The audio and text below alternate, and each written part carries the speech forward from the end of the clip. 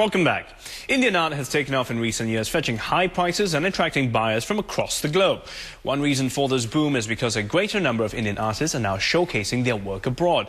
One of them, Kala Sutra, makes his debut in Singapore tomorrow. And for more on the event and the world of Indian art, let's have a chat with Arun Ghosh, curator and art critic, and also participating artist Jogan Chowdhury. Good morning, gentlemen. Welcome to the show. Arun, I'm going to start off with you. This exhibition, it showcases over 70 pieces of artwork from 9 top Indian contemporary artists, and it's something titled Kala Sutra. What does Kala Sutra mean? Well, before that, I should tell you that the number is actually 76. 76, okay. Yeah. 76 pieces, sure. And Kala Sutra means, Kala means art in our term, and Sutra means a thread. And the exhibition here wants to tell you about how the development of modern art in our country traces its roots in our long art tradition, you know, from the folk art tradition that was going on in ages in our country.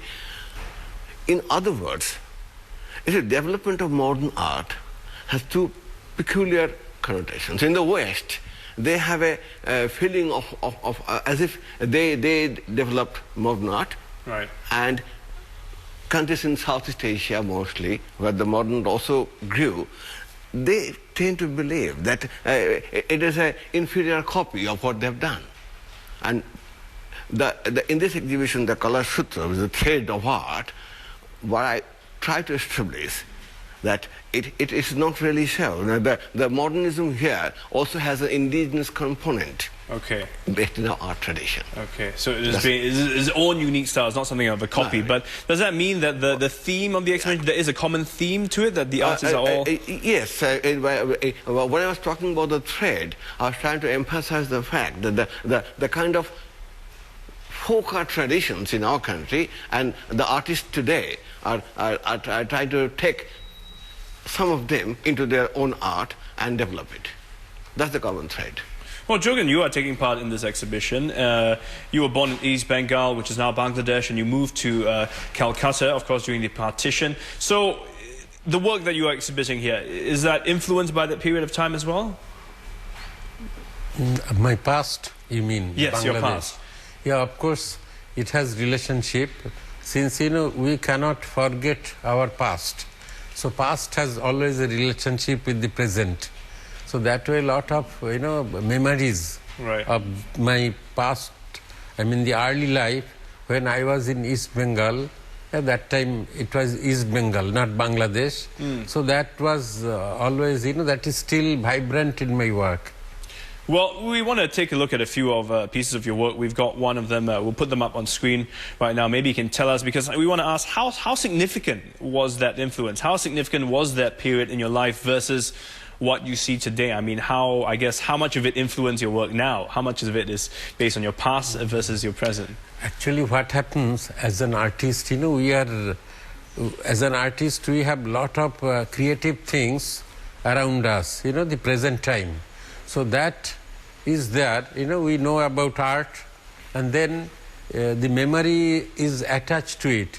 Lot of things which is in our early life that comes up, you know, without our consciousness. You know, sometimes it comes without our consciousness and influence my work. Well, we've got some of the examples of your work on screen right now. Can you share with us what these are? So these are which are being exhibited in this you know, exhibition. But the exact color has not come.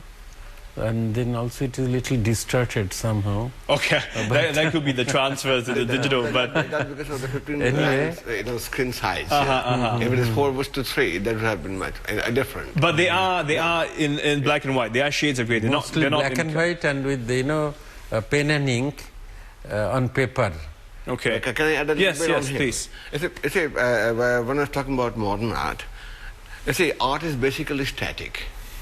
Dynamism in art lies in the way it is painted. And this concept of static is actually the basic component of modern art in Europe, which César introduced into the art, which was a direct you know, departure from what Renaissance developed in Western art. Now, this static part in his work has a very different way of reproducing life. If you see, there was a man and woman just shown in the screen. If you notice carefully, here's a man looking at the woman again. But you can create your own story by looking at them, whether they are man and wife. Are they what kind of relation they share between each other? Between man and woman. What kind of relationship they share between each other? And if there's a reverse way of depicting the eyebrows and the way the hair of the woman was painted, as if the river flowing by, as if time goes on. That immortal quality in his art, it lies in the way he depicts the human things.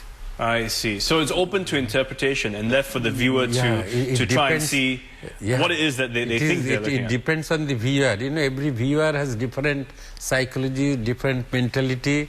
So when they look at certain thing, a painting, they have their own personal explanation to it.